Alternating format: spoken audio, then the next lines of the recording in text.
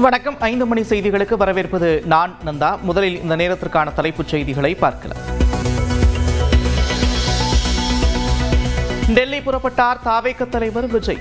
கரூரில் 41 பேர் உயிரிழந்த வழக்கின் 2ஆம் கட்ட விசாரணைக்காக நாளை மீண்டும் சிபிஐ முன்பு ஆஜராகி விளக்கமளிக்கிறார்.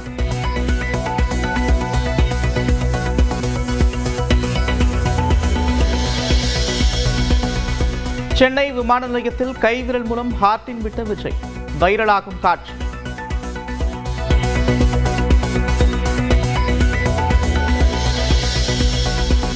புத்தக வாசிப்பு மூலம் வீடுதோறும் அறிவுத்தீ பரவ வேண்டும் என்று சென்னை பன்னாட்டு புத்தக திருவிழாவில் முதலமைச்சர் மு.க. ஸ்டாலின் வலியுறுத்தல்.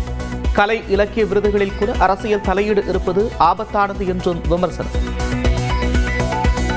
ஒன்றிய அரசினுடைய கலாச்சாரத்துறை தலையீட்டால விருது அறிவிக்கக்கூடிய நிகழ்ச்சி ரத்து செய்யப்பட்டிருக்கு. இனி இது நடக்குமா என்று தெரியல. கலை இலக்கிய விருதுகளில் கூட அரசியல் குறுக்கீடுகள் பண்றது ஆபத்தானது.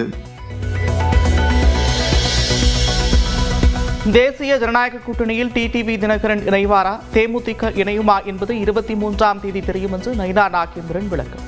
நரேந்திர மோடி தலைமையிலான பரப்புரை கூட்டத்தில் கூட்டணி கட்சி தலைவர்கள் பங்கேற்பார்கள் என்றும் உறுதி. டிடிவி தினகரன் இணையறா 23ஆம் தேதி மேடையில் நீங்கள் அதை பார்க்கலாம். தலைவர்கள் மேடையில் இடம் பெறுவாங்களா? ஆமாம், எல்லா தலைவர்களும் மேடையில் இடம் பெறுவார்கள்.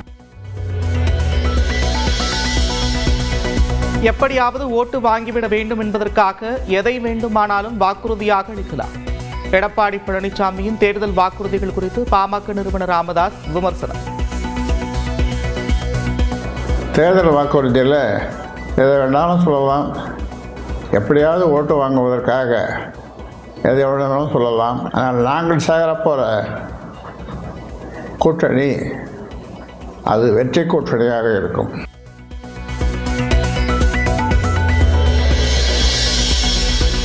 பொங்கல் விடுமுறை முடிந்து பணியிடங்களுக்கு பொதுமக்கள் பயணிப்பதால் ஆம்னி பேருந்துகளில் கட்டணம் பல மடங்கு உயர்வு. மதுரை சென்னை, நெல்லை சென்னை பயணிகளுக்கு 6000 ரூபாய் வரை வசூல்.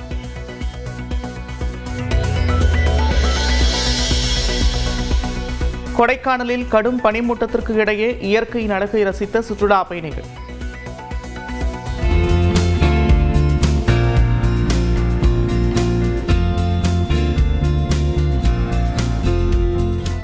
படகு சவாரி செய்து மகிழ்ந்த நிலையில் சுற்றுலா தலங்களுக்கு செல்லும் சாலையில் கடும் வாகன நெரிசல்.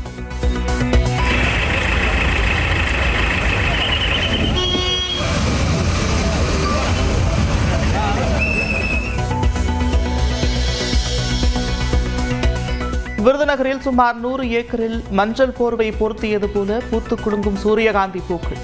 கண்களுக்கு விருந்து படைக்கும் ரம்மியமான காட்சி.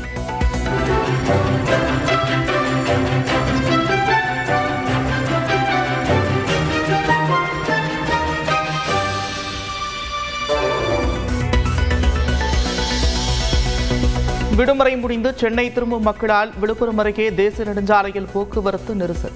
மதுராந்தகம் புறவழிச்சாலையில் 5 கிலோமீட்டர் தொலைவிற்கு அணிவகுத்து நிற்கும் வாகனங்கள்.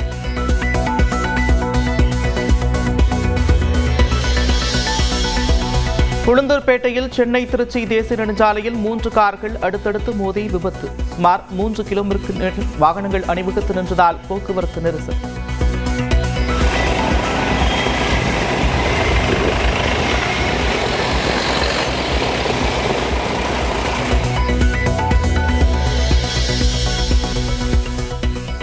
புதுச்சேரியிலிருந்து சொந்த ஊர்களுக்கு திரும்பும் மக்கள் அரசு பேருந்துகளில் முண்டியடித்து ஏறினர்.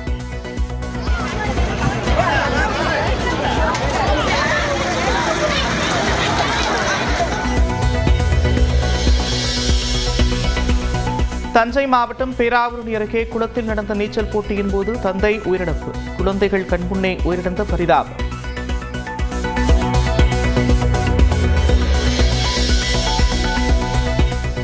புதுக்கோட்டை அருகே வடமலாப்பூரில் ஜல்லிக்கட்டு போட்டி விறுவிறுப்பு.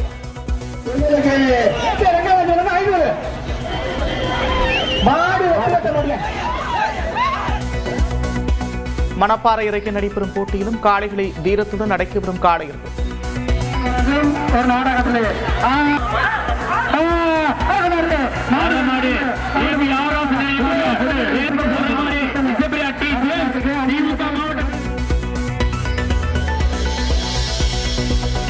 சேலம் அருகே வேம்படிப்பாலம் ராமலிங்க சோடேஸ்வரி அம்மன் கோவிலின் 100வது ஆண்டு விழா. சுமார் 1500 பேர் சலங்கைகளை கட்டி கத்திகளை ஏந்தி ஊர்வலம்.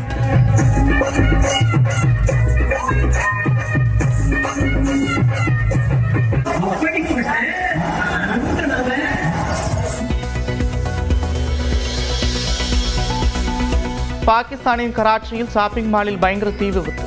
10க்கும் மேற்பட்ட கரைகள் எரிந்த நிலையில் 3 பேர் உயிரிழப்பு.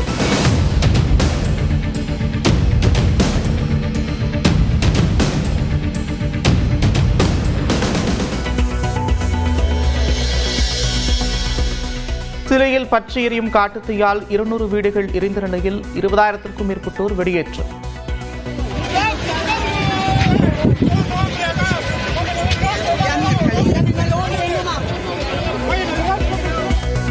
விமானம் மூலம் ரசாயனத்தை தூவி அணைக்கும் முயற்சி.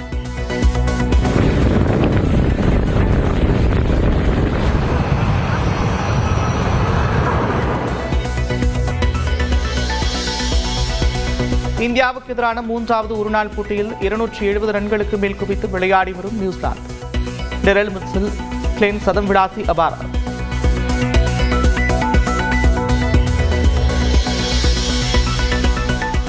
சில சமயங்களில் நமது நோக்கம் தவறாக புரிந்து கொள்ளப்படுகின்றன. பாலிவுட்டில் பாகுபாடு என்று கூறியது சர்ச்சையிடுந்த நிலையில் இசையமைப்பாளர் A.R. ரஹ்மான் விளக்கம். திருவண்ணாமலை அண்ணாமலையார் கோவிலில் நடிகர் ரவிமோகன் சுவாமி தரிசனம். செல்ஃபி எடுத்து மகிழ்ந்த பொதுமக்கள்.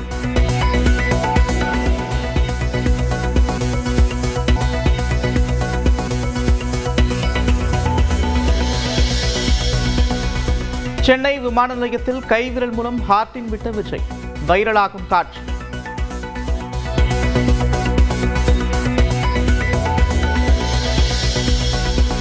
புத்தக வாசிப்பு மூலம் வீடுதோறும் அறிவுத்தீ பரவ வேண்டும் என்று சென்னை பன்னாட்டு புத்தக திருவிழாவில் முதலமைச்சர் மு க ஸ்டாலின் வலியுறுத்தல். கலை இலக்கிய விருதுகளில் கூட அரசியல் தலையீடு இருப்பது ஆபத்தானது என்றும் விமர்சனம். ஒன்றிய அரசினுடைய கலாச்சாரத்துறை தலையீட்டால விருது அறிவிக்கக்கூடிய நிகழ்ச்சி ரத்து செய்யப்பட்டிருக்கு. இனி இது நடக்குமா என்று தெரியல. கலை இலக்கிய விருதுகளில் கூட அரசியல் குறுக்கீடுகள் பண்றது ஆபத்தானது. தேசிய ஜனநாயக கூட்டணியில் டிடிவி தினகரன் இணைவாரா, தேமுதிக இணையுமா என்பது 23ஆம் தேதி தெரியும் என்று நயினா நாகேந்திரன் விளக்கம். நரேந்திர மோடி தலைமையிலான பரப்புரை கூட்டத்தில் கூட்டணி கட்சி தலைவர்கள் பங்கேற்பார்கள் என்றும் உறுதி. டிடிவி தினகரன் இணையறா 23ஆம் தேதி மேடையில் நீங்கள் அதை பார்க்கலாம். இருக்கக்கூடிய தலைவர்கள் மேடையில் இடம் பெறுவாங்களா? ஆமாம், எல்லா தலைவர்களும் மேடையில் இடம் பெறுவார்கள். எப்படியாவது ஓட்டு வாங்கிவிட வேண்டும் என்பதற்காக எதை வேண்டுமானாலும் வாக்குறுதியாக அளிக்கலாம். எடப்பாடி பழனிசாமியின் தேர்தல் வாக்குறுதிகள் குறித்து பாமக நிறுவனர் ராமதாஸ் விமர்சனம். தேர்தல் வாக்குறுதியில் எதை வேணாலும் சொல்லலாம். எப்படியாவது ஓட்டு வாங்குவதற்காக எதை வேணாலும் சொல்லலாம். ஆனால் நாங்கள் சேர போகிற கூட்டணி அது வெற்றி கூட்டணியாக இருக்கும்.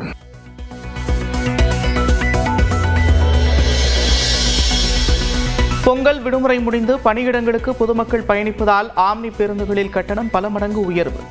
மதுரை சென்னை, நெல்லை சென்னை பயணிகளுக்கு 6000 ரூபாய் வரை வசூல்.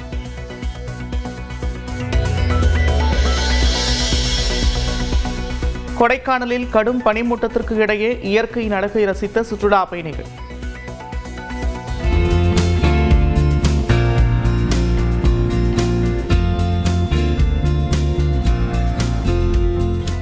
படகு சவாரி செய்து மகிழ்ந்த நிலையில் சுற்றுலா தலங்களுக்கு செல்லும் சாலையில் கடும் வாகன நெரிசல்.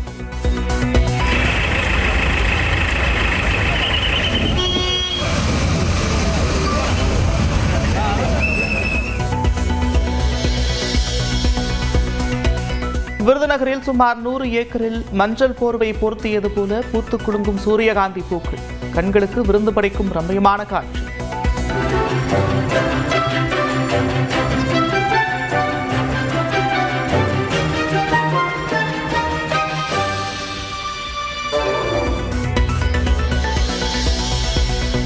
விடுமுறை முடிந்து சென்னை திரும்பும் மக்களால் விழுப்புரம் அருகே தேசிய நெடுஞ்சாலையில் போக்குவரத்து நெரிசல். மதுராந்தகம் புறவழிச்சாலையில் 5 கிலோமீட்டர் தொலைவிற்கு அணிவகுத்து நிற்கும் வாகனங்கள்.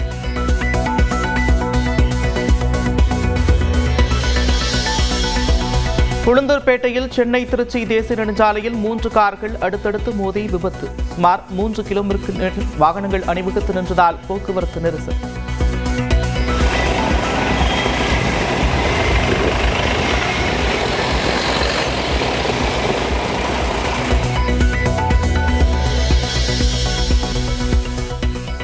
புதுச்சேரியிலிருந்து சொந்த ஊர்களுக்கு திரும்பும் மக்கள் அரசு பேருந்துகளில் முந்தியடித்து ஏறினர்.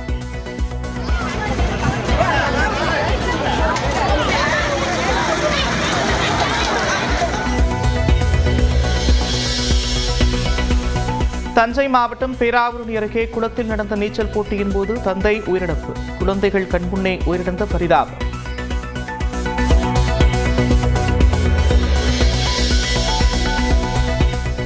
புதுக்கோட்டை அருகே வடமலாப்பூரில் ஜல்லிக்கட்டு போட்டி விறுவிறுப்பு.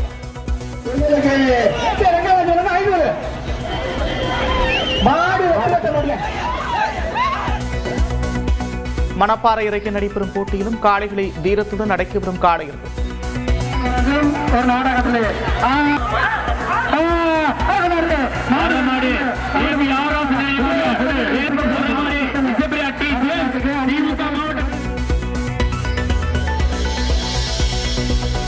சேலம் அருகே வேம்படி பாலம் ராமலிங்க சோடேஸ்வரி அம்மன் கோவிலின் 100வது ஆண்டு விழா.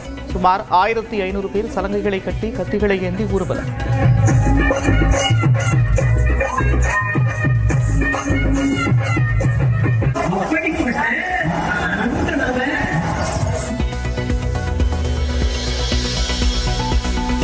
பாகிஸ்தானின் கராச்சியில் ஷாப்பிங் மாலில் பயங்கர தீ விபத்து. 10க்கும் மேற்பட்ட கரைகள் எரிந்த நிலையில் 3 பேர் உயிரிழப்பு.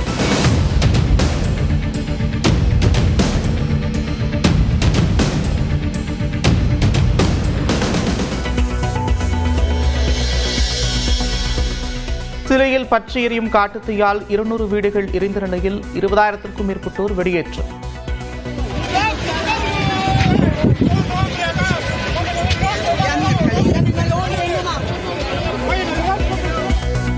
விமானம் மூலம் ரசாயனத்தை தூவி அணைக்கும் முயற்சி.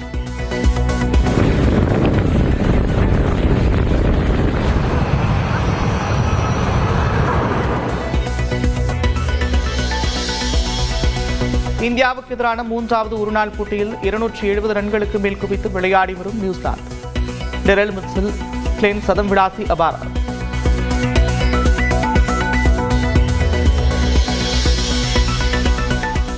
சில சமயங்களில் நமது நோக்கம் தவறாக புரிந்து கொள்ளப்படுகின்றன. பாலிவுட்டில் பாகுபாடு என்று கூறியது சர்ச்சையிடுந்த நிலையில் இசையமைப்பாளர் A.R. ரஹ்மான் விளக்கம். திருவண்ணாமலை அண்ணாமலையார் கோவிலில் நடிகர் ரவிமோகன் சுவாமி தரிசனம். செல்ஃபி எடுத்து மகிழ்ந்த பொதுமக்கள்.